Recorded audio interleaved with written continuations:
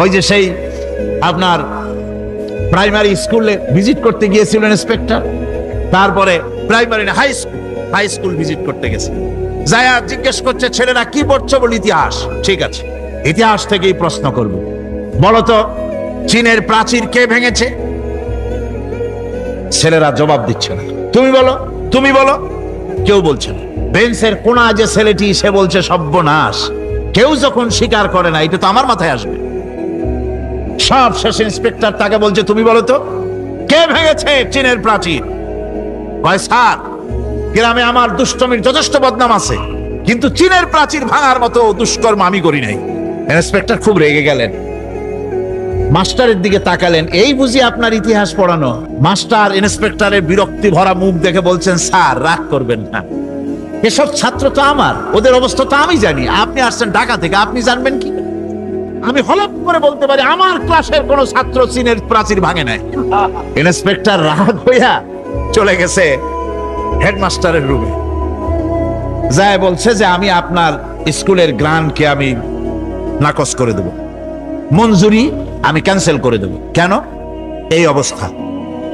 Headmaster বলছে sir রাগ করবেন না, আপনার জন্য কিছু টাকা পয়সাও রাখছি হাদিয়া, বড় একটা চর্বিযুক্ত খাসিও জবাহ করা হয়েছে, পুকুর থেকে রুই মাছ তোলা হয়েছে। তারপরেও আমার ছাত্ররা, টিচাররা বলার পরেও যদি আপনার সন্দেহ হয়ে থাকে যে আমার ছাত্ররাই ভাঙছে, তো ওই আপনি অসন্তুষ্ট হবেন না, রাগ করবেন না। স্যার ওই প্রাচীর ভাঙতে যা খরচ লাগে আমি কিছু খরচ দেবো, তো আপনি রাগ করেন না। এখন চিন্তা করেন, স্কুলের ছাত্র থেকে শুরু করে হেডমাস্টার পর্যন্ত জ্ঞানের বহর। কোরআনে কারিমে রব্বুল আলামিন বলেন, উল্টাপাল্টা না হওয়ার কারণ শোনো, এই পৃথিবীর বুকে যত বই কিতাব আছে, যত ধর্ম পুস্তক আছে, সব পরিবর্তন হয়েছে, পরিবর্তন হয়েছে, তারমিম তারিফ হয়ে গেছে। বাইবেলের অবস্থা তো এমন, বাইবেল সম্পর্কে বর্তমানে বলা হচ্ছে ওর ভিতরে আল্লাহর একটা ওয়ার্ডও নাই। বর্তমান বাইবেলে আল্লাহর একটা বর্ণ নাই। এত উলট পালট সর্বনাশ হয়ে গিয়েছে। এখন তারা মুসলমানদেরকে গ্রহণযোগ্য করাবার জন্য, দেখুন ষড়যন্ত্র একরকম না, হাজারো রকমের ষড়যন্ত্র।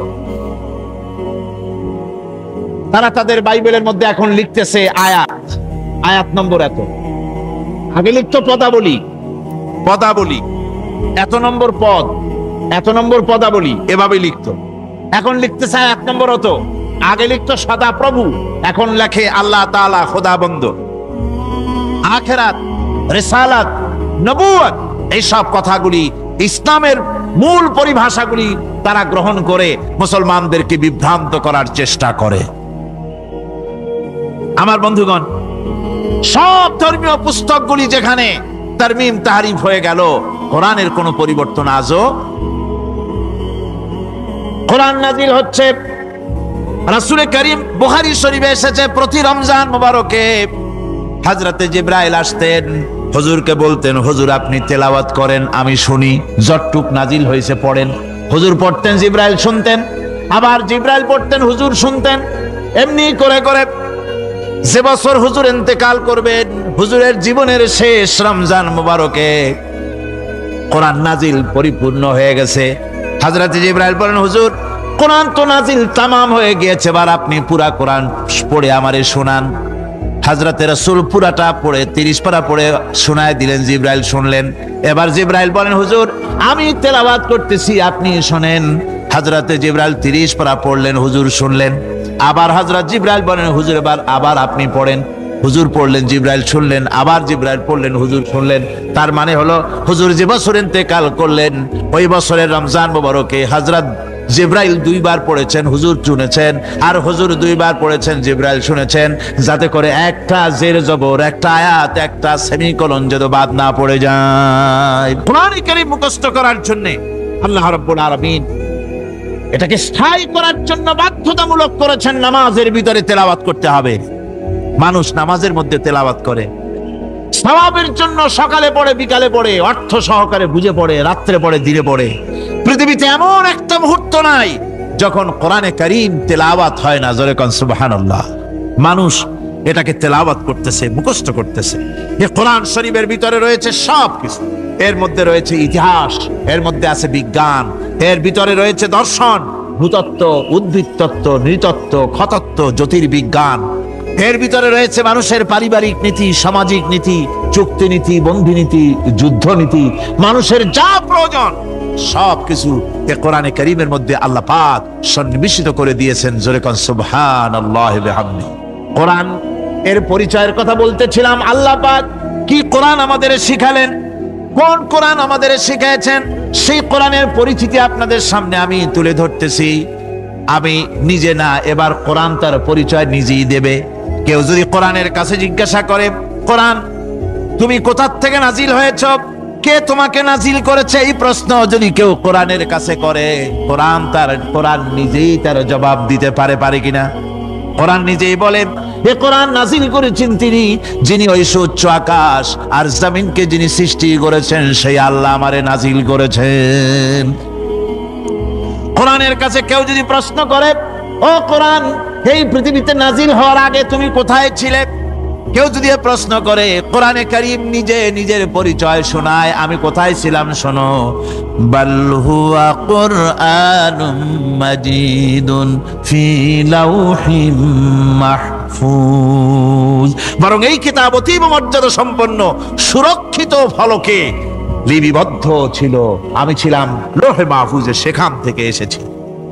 যদি কেউ প্রশ্ন করে, কোরআন কি, কোরআন তুমি কার উপরে অবতীর্ণ হয়েছ, জবাব কোরআন নিজেই দেয়, ওয়া আমিনু বিমা নুজিলা আলা মুহাম্মাদ ওয়া হুয়াল হাক্কু মির রাব্বিহিম, ঈমান আনো সেই জিনিসের উপরে যেটা মুহাম্মদ সাল্লাল্লাহু আলাইহি ওয়াসাল্লামের উপর অবতীর্ণ হয়েছে। আবার অন্য আয়াতেও জবাব পাওয়া যায়, তাবারাকাল্লাযী নাযালাল ফুরকানা আলা আবদিহি লিয়াকুনা লিল আলামিনা নাযীরা, অতীব বরকতপূর্ণ মহান সত্তা সেই আল্লাহ রাব্বুল আলামিন, যিনি তার বান্দার পরে ফুরকান অবতীর্ণ করেছেন। সুবহানাল্লাহি ওয়া বিহামদিহি। কোরআনের নাম আমি বলেছিলাম শুধু কোরআন নয়, অনেক নাম আছে। কোরআনের আরেক নাম ফুরকান। কোরআনের আরেক নাম কি? আল ফারকু বাইনাল হাক্কি ওয়াল বাতিল। কোরআন হচ্ছে সেই মহাসত্য যা মিথ্যা এবং সত্যের মধ্যে পার্থক্য সূচিত করে, মঙ্গল এবং অমঙ্গলের মধ্যে পার্থক্য সৃষ্টি করে, যা সত্য এবং মিথ্যার মধ্যে তাফরিকা সৃষ্টি করে, সত্যকে মানুষকে বুঝিয়ে দেয়, তার নাম হচ্ছে ফুরকান। এবার যদি প্রশ্ন করা হয়, ও কোরআন বুঝলাম তুমি লৌহে মাহফুজে ছিলে, বুঝলাম তুমি নবীজির উপরে নাজিল হয়েছো, এবার বলো তুমি কোন মাসে নাজিল হয়েছো, তুমি তো আসছিলা প্রথম কোন মাসে নাজিল হয়েছো? এ প্রশ্ন যদি কেউ করে, কোরআন তার জবাবে বলবে, রমজানের পবিত্র মাসে আমি অবতীর্ণ হয়েছি। সুবহানাল্লাহ। যদি প্রশ্ন করা হয়, রমজানে তো আসছো, কিন্তু প্রথম নাজিল হয়েছিল কোন সময়, ওটা কি দিন ছিল না রাত ছিল? কোরআন তার জবাবে বলে, ইন্না আনজালনাহু ফি লাইলাতিল কদর, কদরের পবিত্র রাতে আমি এই পৃথিবীতে আমার আগমন ঘটেছিল।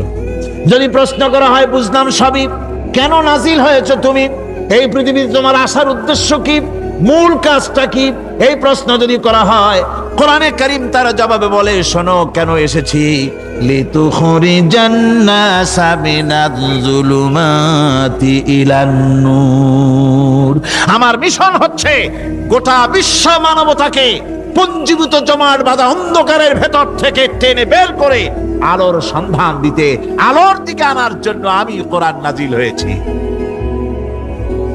গোটা পৃথিবীর মানুষ আছে অন্ধকারের ভিতরে। কিসের মধ্যে? অন্ধকার কি? অন্ধকার হচ্ছে পুঁজিবাদ, অন্ধকার সমাজতন্ত্র, অন্ধকার ধর্ম নিরপেক্ষতাবাদ, অন্ধকার জাতীয়তাবাদ, মানুষের তৈরি করা যত মতবাদ সব কি? জোরে কোন, সবগুলি কি? অন্ধকার। আজকে আসার সময় দেখলাম দেওয়ালে লেখা, সমাজতন্ত্র আমরা প্রতিষ্ঠা করে ছাড়বো। চিন্তা করলাম যারা লিখছেন তারা কি পাগল না ছাগল? কি আশ্চর্য কথা! যেই মতবাদ পৃথিবীর মাটি থেকে যে করেছে এই মতবাদ, সেই দেশের লোকেরা তাদের থেকে বিদায় করে দিল, তাদের টোটাল হাতি বিদায় করে দিল, ছিন্ন ভিন্ন করে জুতার তলে শেষ করে দিল।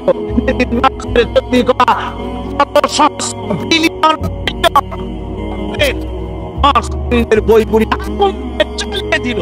বাংলাদেশের কিছু ছাগল সমাজতন্ত্র এখন টিকে রাখবো।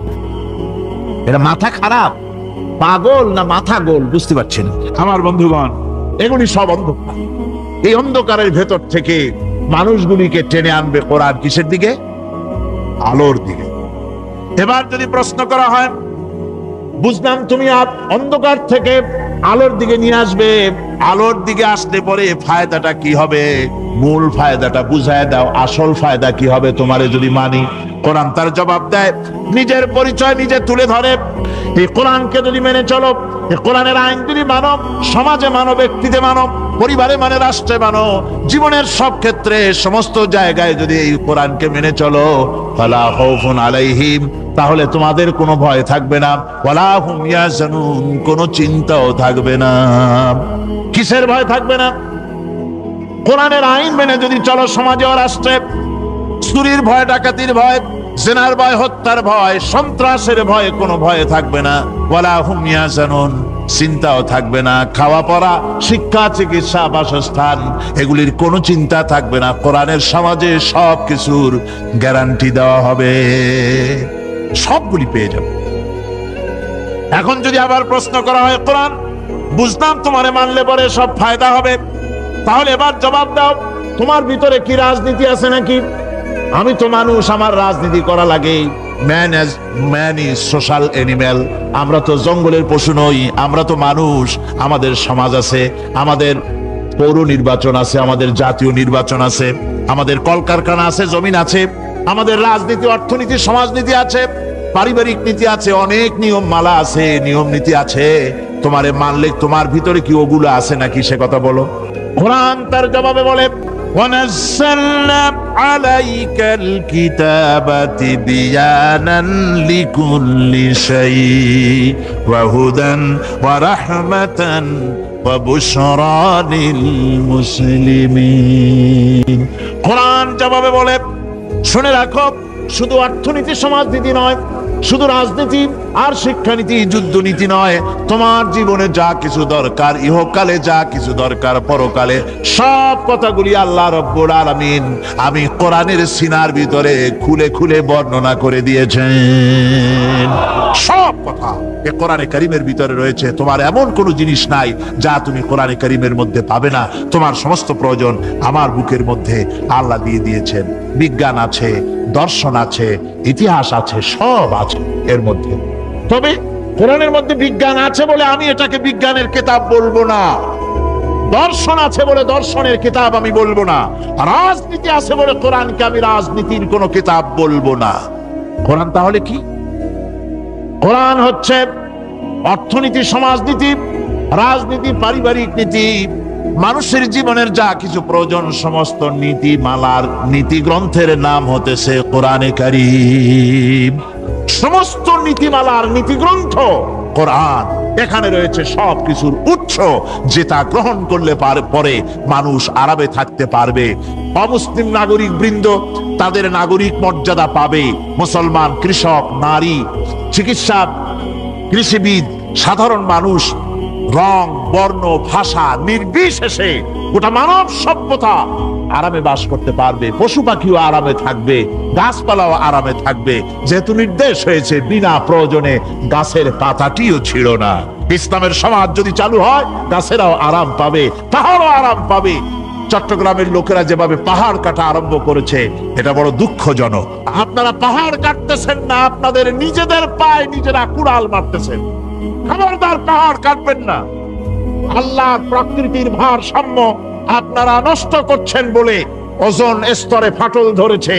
তা রিপেয়ার করার জন্য আজকে বিশ্বের সব বিজ্ঞানীরা হতাশ হয়ে গিয়েছে, পাগল হয়ে গেছে। কেমনে এই ওজোন স্তরের ফাটলকে রিপেয়ার করব? ওজোন স্তরটা কি? ওজোন স্তর হচ্ছে সুবহানাল্লাহ, আল্লাহর যে কত দয়া। সূর্য, সেই সূর্যের রয়েছে আলট্রা ভায়োলেট রে, যাকে বাংলায় বলা হয় অতি বেগুনি রশ্মি। যে রশ্মিটা সৃষ্টি জগতে যদি আসে আর তা যদি কোনো প্রাণীর শরীরকে টাচ করে, তাহলে সমস্ত প্রাণী ক্যান্সার হয়ে, এক্সিমা হয়ে, বিখাউস হয়ে, অ্যাজমা হয়ে সমস্ত প্রাণী মরে যাবে, কেউ বাঁচবে না। মারাত্মক রশ্মি। সেই রশ্মিটা যাতে সৃষ্টি জগৎকে টাচ করতে না পারে, সেজন্য আল্লাহ পাক একটা ওজনের স্তর তৈরি করেছেন। ওখানে এসে ওটা বাধাপ্রাপ্ত হয়, পৃথিবীর মাটিতে আসে না। যা কিছু পৃথিবীর মানুষের জন্য, পৃথিবীর জন্য কল্যাণকর, সেগুলি সূর্য থেকে আসতে থাকে। সুবহানাল্লাহ ওয়া বিহামদিহি। যেটা ক্ষতিকর সেটা আল্লাহ পাক আটকায় রাখেন। এখন সেই ওজনের স্তরে ফাটল ধরলো। কেমনে ফাটল ধরলো? ফাটল আপনি আমি ধরাইছি। আপনি বলবেন যেটা কেমন কথা, আমি তো ওইখানে যাই নাই, আমি ফাটল ধরাইলাম কেমনে? আপনি আমি ওজনের স্তরে ফাটল ধরিয়েছি, তার অর্থ এই নয় যে আপনারা গিয়ে ওখানে কুড়াল মারিয়ে ওটারে ভাঙছেন। তাহলে ওটা কি হয়েছে? কোরআনে কারীমে রব্বুল আলামিন বলেন, ওয়ামা আসাবাকুম মিন মুসিবাতিন ফাবিমা কাসাবাত আইদিকুম ওয়া ইয়াফু আন কাসীর। যত বিপদ তোমাদের উপর আরোপিত হয়, সমস্ত বিপদ তোমাদের দুই হাতের কামাই করা। কে বলছেন? আল্লাহ পাক। ওজনের স্তরে ফাটল ধরেছে, এটা বিপদ। বিশ্ব সমস্ত মানব সভ্যতা সৃষ্টি জগতের জন্য বিপদ। এই বিপদের জন্য দায়ী পৃথিবীর মানুষ। কিরকম? সেটা হচ্ছে গাড়ির পেছন থেকে যে কালো ধোঁয়া বের হয়, কল কারখানার চিমনি থেকে যে কালো ধোঁয়া বের হয়, এই কালো ধোঁয়াগুলি, তারপরে সমস্ত কেমিক্যাল উইপেন সেগুলি যে টেস্ট করা হয়, তার রিয়াকশন ইত্যাদি, এই কালো ধোঁয়া এবং সমস্ত মারণাস্ত্রগুলি এক্সপেরিমেন্ট করার সমস্ত এই রিয়াকশনগুলি সবগুলি গিয়ে ওই ওজন স্তরে ফাটল ধরিয়ে দিয়েছে। আস্তে করে পাতলা হয়ে এটা ফেটে গিয়েছে, অতি বেগুনি রশ্মি আসা শুরু করেছে। এটাকে বন্ধ করার জন্য বিজ্ঞানীরা আজ মরিয়া হয়ে গিয়েছে। ইনশাআল্লাহ আল্লাহ পাক তার বিজ্ঞানীদের মানুষের মাথায় বুদ্ধি এনে দিবেন, রিপেয়ারও হয়ে যাবে ইনশাআল্লাহ। সবাই বলেন ইনশাআল্লাহ। তাহলে বললাম কেন এ কথাটা? এই জন্য বললাম যে কোরআনে কারীমের মধ্যে আল্লাহ রাব্বুল আলামিন সব কথা বলে দিয়েছেন, কোনো কথা বাদ রাখেন নাই। পাহাড়গুলি ভেঙে আমরা ক্ষতি করতেছি, গাছগুলি কেটে আমরা ক্ষতি করতেছি, প্রকৃতির ভারসাম্য নষ্ট করে দিচ্ছি, ফলে সমুদ্রের পানি স্ফীত হচ্ছে, ভূমিকম্প বাড়তেছে, ঘূর্ণিঝড় হচ্ছে, টর্নেডো হচ্ছে, পৃথিবী বিধ্বস্ত হয়ে যাচ্ছে, ক্লাইমেটের পরিবর্তন আসছে। আজকে পৌষ মাস, দেখেন বাংলা ভাষাকে কত মহব্বত করি। যদি বলি আজকে ডিসেম্বরের কত তারিখ, গড়গড় করে মুখস্থ হয়ে যাবে। বাংলারে খুব ভালোবাসি, মাসটার তারিখ বলতে পারলাম না, দুঃখিত। এই হলো আমাদের ভালোবাসা। আজকে পৌষ মাসের অর্ধেকও শেষ হয়ে যাচ্ছে, অথচ মনে হচ্ছে শীত যেন তার শ্বশুর বাড়ি বেড়াতে গেছে। এই যে অবস্থা, এই অবস্থা শুধু বাংলাদেশে নয়, গোটা পৃথিবীতে ক্লাইমেটের একটা বিরাট পরিবর্তন আসতেছে, একটা বড় রকমের পরিবর্তন আসতেছে। এর কারণ হচ্ছে এই পৃথিবীর মানুষেরা নিজেরাই প্রকৃতির ভারসাম্যকে নষ্ট করে দিয়েছে। এই ভারসাম্য নষ্ট হওয়ার কারণে আবহাওয়ার পরিবর্তন হচ্ছে, সামুদ্রিক জলোচ্ছ্বাস বাড়তেছে, ভূমিকম্প, আগ্নেয়গিরি ইত্যাদি হচ্ছে এবং পৃথিবীর মানুষ বিধ্বস্ত হচ্ছে। বলতেছিলাম এই কোরআনে কারীমের মধ্যে আল্লাহ পাক সব কথা বলে রেখেছেন। যদি জানতাম, বুঝতাম, তাহলে এই অবস্থার সৃষ্টি হতো না। এটা বিজ্ঞানের বই নয়, রাজনীতির বই নয়, সমাজনীতির বই নয়, বরং সমস্ত নীতিমালার উচ্চ, জ্ঞানের উচ্চ হচ্ছে আল কোরআন। জ্ঞানের উচ্চ কি? আরো জোরে বলেন, জ্ঞানের উচ্চ কি? আল কোরআন। পবিত্র কোরআনে এমন এমন ঘটনা আল্লাহ পাক বলেছেন যা ষষ্ঠ শতাব্দীর দুনিয়া এ সম্পর্কে কিছুই জানতো না। অবশ্য কিছু কিছু ঘটনা ইহুদিদের কিতাবে অতিরঞ্জিত আকার এবং বিকৃত অবস্থায় এসেছে, কিন্তু কোরআনে কারীম দুনিয়ার মানুষকে আদম সৃষ্টি, নূহের বন্যা, তারপরে মুসা আলাইহিস সালাম ফেরাউনের ঘটনা, ইব্রাহিম আলাইহিস সালামের নমরুদের ঘটনা এবং ইউসুফ আলাইহিস সালামের কাহিনী সবগুলিকে সুন্দর করে কোরআন শরীফ উপস্থাপনা করেছে রাসূলের মাধ্যমে, যা পৃথিবীর ইতিহাসে কেউ জানতো না। সেগুলি আল্লাহ পাক জানাইছেন কিভাবে? কোরআনে কারীম বলছে, তিলকা মিন আম্বাইল গায়বি নূহিহা ইলাইকা মা কুনতা তা'লামুহা আনতা ওয়ালা কওমুকা মিন ক্বাবলি হাযা। এ হলো সব অজ্ঞাত ঘটনা। সমস্ত ঘটনাগুলি আল্লাহ পাক তার হাবিবকে শুনিয়ে বলে দিলেন, সব অজ্ঞাত ঘটনা যা তুমি জানতে না, তোমার কোনো জানা ছিল না, আমি ওহীর মাধ্যমে তোমাকে সব জানাইছি। ইউসুফ আলাইহিস সালামকে যখন তার ভাইয়েরা কুয়ার মধ্যে ফেলে দিতেছিল তখন তুমি উপস্থিত ছিলে না, এই ঘটনা ওহীর মাধ্যমে আমি জানালাম। মুসা আলাইহিস সালামকে যখন ফেরাউন দরিয়ার ভিতরে ফেলে দিল, সেই সময় তুমি সিনাই পর্বতের পাশে দাঁড়িয়ে সব দৃশ্য লক্ষ্য করনি, অথচ আমি ওহির মাধ্যমে সব তোমাকে খুলে খুলে বলে দিয়েছি। আল্লাহ পাক সমস্ত ঘটনাগুলিকে বলে বলে কোরআন শরীফের মধ্যে সব সাজিয়ে দিলেন, বলে দিলেন। তিনি বললেন, ওয়ামা কুনতা বিজানিবিল গারবি ইয কাদাইনা ইলা মুসাল আমরা ওয়ামা কুনতা মিনাশ শাহিদিন। ফিরআউন যে মুসার সঙ্গে যে ব্যবহারটা করলো, এ সময় সেখানে তুমি উপস্থিত ছিলে না, আমি ওহীর মাধ্যমে তোমাকে তা জানিয়েছি। كذلك نقص عليك من أنباء ما قد سبق وقد آتيناك من لدنا ذكرا। আল্লাহ পাক বলেন, এভাবে আমি আপনার কাছে অতীত ঘটনাবলী ওহীর মাধ্যমে নিখুঁত ভাবে আপনার সামনে সব বলে দিয়েছি। আমার ভাইয়েরা, এই বিশ্বলোকে ঊর্ধ্ব লোক সম্পর্কে নির্ভুল তথ্য বর্ণনা আল্লাহ পাক করে দিয়েছেন কোরআনের মাধ্যমে। 1665 খ্রিস্টাব্দে স্যার আইজাক নিউটন তিনি আবিষ্কার করলেন মাধ্যাকর্ষণ শক্তিকে। এই মাধ্যাকর্ষণ শক্তি, ল অফ গ্রাভিটেশন, এ সম্পর্কে মানুষের এই থেকে কিছু জানলো, কিন্তু আজ থেকে 1400 বছর আগে আল্লাহ রাব্বুল আলামিন তার উম্মি নবী, যিনি কোনো বিজ্ঞানাগারে লেখাপড়া করেন নাই, কোনো সায়েন্স রিসার্চ করেননি, যিনি কোনো কলেজ ইউনিভার্সিটিতে পড়াশোনা করেননি, তার মাধ্যমে জানিয়েছেন মাধ্যাকর্ষণ শক্তির কথা। কোরআন বলছে, ইন্নাল্লাহা ইউমসিকুস সামাওয়াতি ওয়াল আরদা আন তাজুলা। এই পৃথিবী এবং সমস্ত গ্রহ উপগ্রহকে আল্লাহ পাক বলছেন, আমি এমন এক শক্তি দিয়েছি যে শক্তির মাধ্যমে একটা আরেকটাকে আকর্ষণ করে রাখছে। এই পৃথিবীতে মাধ্যাকর্ষণ শক্তি শুধু পৃথিবীর নাই, সূর্যের আছে, মঙ্গলের আছে, নেপচুনের আছে, ইউরেনাসের আছে, বৃহস্পতির আছে।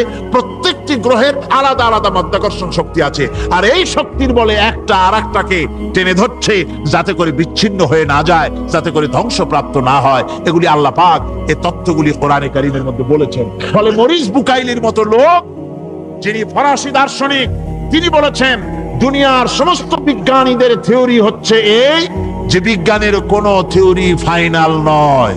আজ একটা হচ্ছে, কাল সেটাকে পরিবর্তন করে নতুন আরেক থিওরি আসতেছে। কিন্তু কোরআনে কারীমের মধ্যে, আমি মরিস বুকাইলি বলছেন, কোরআন শরীফের ভিতরে আমি যে বিজ্ঞানের তথ্য পেয়েছি, থিওরি পেয়েছি, তার কোনো পরিবর্তন আজও হয় নাই, ভবিষ্যতেও হওয়ার কোনো সম্ভাবনা নাই। মরিস বুকাইলি মনে করেছিলেন বেদ আর বাইবেলে যেমন ভুল আছে, কোরআন শরীফে ওই রকম ভুল আছে, নাউজুবিল্লাহ। সেই জন্য তিনি আরবি শিখলেন কোরআন বোঝার জন্য, ভুল ধরার জন্য। কোরআন শিখলেন কি জন্যে? ভুল ধরার জন্য। আর এমন শেখা শিখছেন, ওই আরবি শিক্ষা মানে আমাদের দেশের লোকদের মতো আনাকুম জানাকুম শেখে নাই, ভালো করেই শিখছে, ভালো করেই মুখস্থ করেছে, তার ভালো করে আরবি শিখেছেন, তারপরে কোরআন শরীফ পড়েছেন, তারপরে তিনি এ কোরআন পড়ে তেলাওয়াত করে বুঝে এরপরে তিনি বই লিখেছেন the Bible, the Quran and science. এই বইয়ের মধ্যে তিনি পরিষ্কার লিখেছেন, কোরআন পড়লাম, এর ভিতরে একটা নকতা দেওয়ার, একটা কলমের ফোঁটা দেওয়ার জায়গা কারো নাই। কোরআন নিঃসন্দেহে মহান স্রষ্টা আল্লাহ রাব্বুল আলামিনের মানুষের বানানো কিতাব, এটা হতে পারে না। সুতরাং কোরআন শরীফের মধ্যে আল্লাহ পাক সব কথা বলে দিয়েছেন। বিজ্ঞানের সাথে কিন্তু কোরআনের সংঘর্ষ নাই। অনেকে মনে করে যে বিজ্ঞান আর কোরআন এর মধ্যে বিরাট সংঘর্ষ। না, বিরাট সংঘর্ষ নয়, দুই একটা পয়েন্টে সংঘর্ষ থাকতে পারে। অধিকাংশ ব্যাপারই বিজ্ঞান, আমি মনে করি বিজ্ঞানের আবিষ্কার যত বাড়বে, কোরআন বোঝা মানুষের জন্য তত সহজ হবে, এটা আমার ধারণা। বিজ্ঞানের সাথে দুই একটা পয়েন্টের উপরে সংঘর্ষ আছে, যেমন চন্দ্র এবং সূর্য সম্পর্কে, সৌরজগৎ সম্পর্কে Copernicus, Kepler, Galileo, Newton, Einstein মহাশূন্য সম্পর্কে যে সব বক্তব্য রেখেছেন, সেসব বক্তব্যের সাথে কোরআন শরীফের কিছুটা বৈপরীত্য রয়েছে। যেমন কেউ বলেছেন সূর্য ঘোরে, পৃথিবী স্থির, কেউ বলে সূর্যের চতুর্দিকে পৃথিবী ঘোরে, কেউ কয় চন্দ্র ঘোরে, কেউ কয় আমরা কি আর বসে থাকি, আমরাও ঘুরি। কিন্তু আসলে ঘোরেটাকে কে ঘোরে, এ ফয়সালা কে দেবে? কে দিবে বলুন তো? হ্যাঁ, ঠিক বলেছেন, আল্লাহই দিবেন, কারণ এগুলি সৃষ্টি করেছেন কে? এবার শুনুন, এই বিতর্কের মীমাংসা আল্লাহ পাক করছেন কোরআনে কারিমে বহু আগে।